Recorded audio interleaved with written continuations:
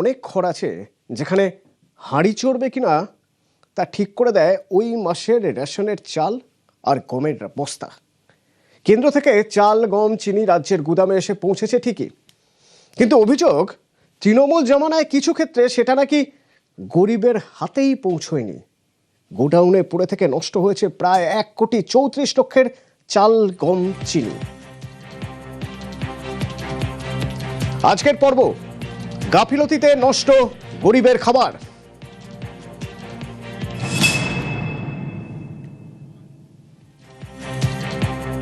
দুর্নীতির mega serial.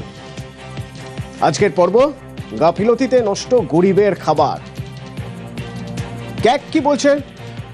CAG report বলছে রাজ্যের ফুড অ্যান্ড সাপ্লাইজ ডিপার্টমেন্টের অধীনে বারাকপুরের ডেপুটি ডিরেক্টর অফ রেশনিং বা ডিডিআরবির পক্ষ থেকে বেসরকারি সংস্থাকে অনুমোদিত পাইকারি বিক্রেতা হিসেবে লাইসেন্স দেওয়া হয়েছিল। 2018 অক্টোবরে সেই সংস্থার দায়িত্ব ছিল 109টি রেশন দোকানে খাদ্যশস্য পৌঁছে দেওয়া।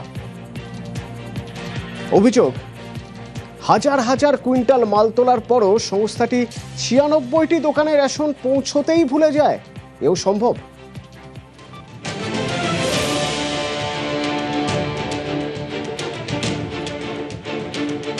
সরাসরি আবির আছে আমার সঙ্গে। আবির, এও সম্ভব নাকি? মানে এই যে বলা হচ্ছে, অভিযোগ উঠছে যে এরা নাকি এমন কাজ করেছে যে হাজার হাজার কুইন্টাল মাল তুলেছে এবং তারপর দেখা যাচ্ছে যে এই সংস্থা যাদের রেশন দোকানে দোকানে রেশন পৌঁছে দিতে হবে, তারা নাকি একটা দুটো নয় 96টি দোকানে রেশন পৌঁছতেই ভুলে গেছিল। মামলাটা কি? এর ভিতরে ঠিক কি রয়েছে?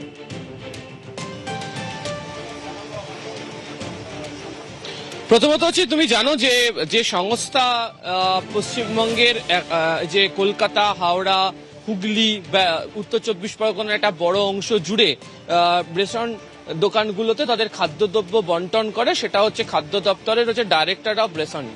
তার যে অফিস ছিল হচ্ছে ব্যারাকপুরে। তো সেই সংস্থার তরফ থেকে একটি সংস্থাকে দায়িত্ব দেওয়া হয়েছিল যে সংস্থার তরফ থেকে এই খাদ্যদ্রব্য রেশন দোকানগুলোতে বন্টন করার কথা, এবং এর জন্য 109খানা দোকান তাদের আওতাভুক্ত ছিল যেখানে তারা দেবে, এবং এটা 3 মাসের সময়সীমা বেঁধে দেওয়া হয়েছিল। তার মধ্যে এই ধান, চাল, চিনি, গম এগুলোকে তাদের দেওয়ার কথা রয়েছে। তো এর মধ্যে দেখতে পাওয়া গেছে, সিএজি রিপোর্ট অনুযায়ী তারা উল্লেখ করেছেন রিপোর্টে, যে রিপোর্টের কপি নিউজ 18 বাংলার কাছে রয়েছে, সেখানে তারা বলছেন যে 106টা দোকানের মধ্যে মাত্র 13টা দোকানে তারা জিনিসপত্র সরবরাহ করেছেন, বাকি 96টা দোকানে তারা জিনিসপত্র সরবরাহই করেন। তো যখন 96টা দোকানে সরবরাহ করেননি, এটা কি করে জানতে পারা গেল অনেক পরে। তুমি শুরুতেই যেটা বলছিলে যে অনেকেরও আজকেও আমাদের দিনে এই রাজ্যের প্রচুর মানুষের খাবার কি খাবেন তারা তাদের নির্ভর করে থাকতে হচ্ছে রেশন দোকানের ওপর, সেখান থেকে তারা যে এই রেশন সামগ্রীটা পান তার ওপরে।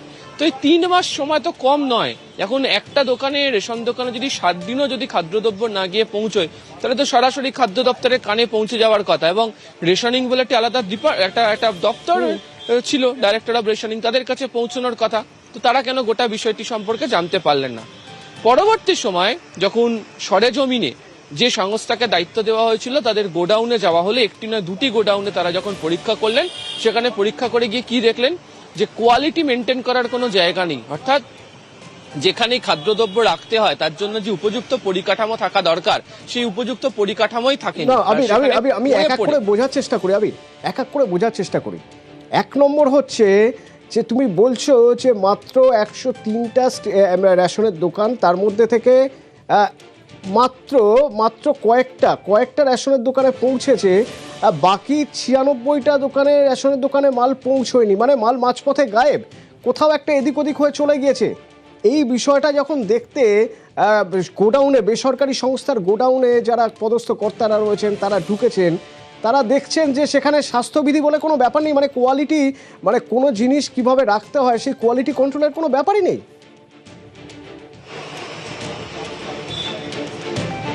তোমাকে আরো একবার জানাই, 109খানা দোকান ওই নির্দিষ্ট সংস্থাকে দায়িত্ব দেওয়া হয়েছিল রাজ্য সরকারেরই দপ্তরের তরফ থেকে, যারা বিভিন্ন রেশন দোকানগুলিতে বা যাকে ফেয়ার প্রাইস শপ বলে, সেখানে তারা খাদ্যদ্রব্য পৌঁছে দেবে।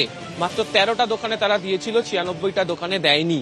এবং যখন জানতে পারা যায় যে রেশন দোকানগুলোতে খাদ্যদ্রব্য পৌঁছচ্ছে না, যে সংস্থাকে দায়িত্ব দেওয়া হয়েছিল তারা কি করছে তাহলে, তখন যখন তাদের একটা নয় দুটো গোডাউনে যখন সরেজমিনে পরিদর্শন চালানো হয় বা বলা ভালো তল্লাশি চালানো হয়, তদন্তের জন্য যাওয়া হয়, তখন দেখতে পাওয়া যাচ্ছে যে সেখানে পচে পচে নষ্ট হচ্ছে সেই খাদ্যদ্রব্য।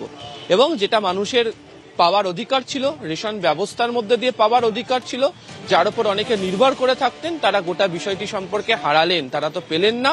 রাজ্য সরকারের ক্ষতি হলো, খাদ্যদ্রব্যগুলোর ক্ষতি হলো। এবং যে সংস্থাকে দায়িত্ব দেওয়া হয়েছিল, যে সেই সংস্থার আদেও এই কাজ করতে পারবেন কিনা সেটাই তো আগে থেকে পরীক্ষা করা হয়নি। এবং তাদের যে গোডাউন, সেই গোডাউন পরীক্ষা করে দেখতে পাওয়া গিয়েছিল যে কোয়ালিটি কন্ট্রোলের কোনো জায়গাই নেই সেখানে। আচ্ছা, এইরকম যখন ব্যাপার হয় তখন সেই সংস্থার উপরেই কোপ পড়ে, খুব স্বাভাবিক। 2018 সালের নভেম্বরে রাজ্য সরকার ওই বেসরকারি সংস্থার লাইসেন্স বাতিল করে, জরিমানাও করা হয় প্রায় 2,69,00,000 টাকা। কিন্তু সেখানেও গোলমাল।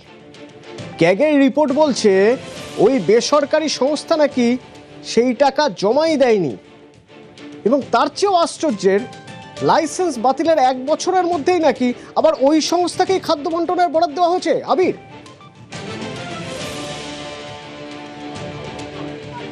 একেবারেই তাই অতনু। এবং যে সংস্থার লাইসেন্স বাতিল করা হলো, সেই সংস্থা 1 বছরেরও কম সময়ের মধ্যে, অক্টোবর মাসের ঘটনা ঘটেছিল, পরের বছর সেপ্টেম্বর মাসের মধ্যেই তারা পুনরায় আবার সেই একই কাজের দায়িত্ব পেয়ে গিয়েছিল, লাইসেন্স পুনর্নবীকরণ করে দেওয়া হয়েছিল। এবং যে পরিমাণ তাদেরকে জরিমানা করা হয়েছিল, সেই জরিমানার অঙ্ক তারা যথাযথভাবে জমা দেননি। এবং এক্ষেত্রে দাঁড়িয়েও সেই একই রেশনিং কন্ট্রোলের যে অফিস ব্যারাকপুরের, সেখানের যারা আধিকারিকরা ছিলেন, তারা এই সংস্থাকে পুনরায় দায়িত্ব দিয়ে দিলেন। এই সংস্থার তো দায়িত্ব পাওয়ার কথাই নয়, তার কারণ তারা খাদ্যদ্রব্য নষ্ট করেছেন, তারা নিজেদের সময়সীমা মোতাবেক খাদ্যদ্রব্য পৌঁছে দিতেই পারেননি। এত কিছুর পরেও ওই সংস্থাকে দায়িত্ব দেওয়া হয়েছিল, এবং তারা সেই খাদ্যদ্রব্য আদপেও যথাযথভাবে তারা রাখতে পারেন কিনা, তাদের যে গোডাউন ছিল সেই সংক্রান্ত বিষয়ে যে তদন্ত করে তাদেরকে একদম ব্ল্যাকলিস্টেড, কালো তালিকাভুক্ত করার কথা ছিল, সেটা করা হয়নি। ফলে এক্ষেত্রে দাঁড়িয়ে প্রশ্ন উঠেছে, বা যে সিএজি রিপোর্ট অনুযায়ী যে তথ্য পাওয়া যাচ্ছে, তাতে অনেকেই মনে করছেন সেটা হচ্ছে ওই সংস্থার সঙ্গে হয়তো এমন কোনো ব্যক্তিদের কোনো যোগসাজশ ছিল, যে কারণে সেই সংস্থা আবার দায়িত্ব পেয়ে যায়, যে সংস্থা খাদ্যদ্রব্য নষ্ট করার অভিযোগ রয়েছে যার বিরুদ্ধে। আর এর জন্য ক্ষতি কত হয়েছে যদি আমরা হিসেব করতে যাই, হিসেব বলবে যে প্রায় 6,318 কুইন্টাল খাদ্যশস্য সংগ্রহ করতে রাজ্যের খরচ হয়েছিল প্রায় 1,43,00,000 টাকা। আর এর মধ্যে খাদ্যশস্য তোলার সময় বেসরকারি সংস্থার পক্ষ থেকে মাত্র 9 লক্ষ টাকা দেওয়া হয়েছিল। 9 লক্ষ। তাহলে রাজ্যের ক্ষতি 1,34,00,000 টাকা। এটা হয়তো সরকারের কাছে একটা সংখ্যা মাত্র, কিন্তু যে পরিবারগুলি প্রতি মাসে রেশনের চালটুকু পাওয়ার আশায় দিন গোনেন, তাদের কাছে এই ক্ষতিটা কিন্তু খাতার অঙ্ক নয়, এটা সোজা তাদের পেটে লাথি।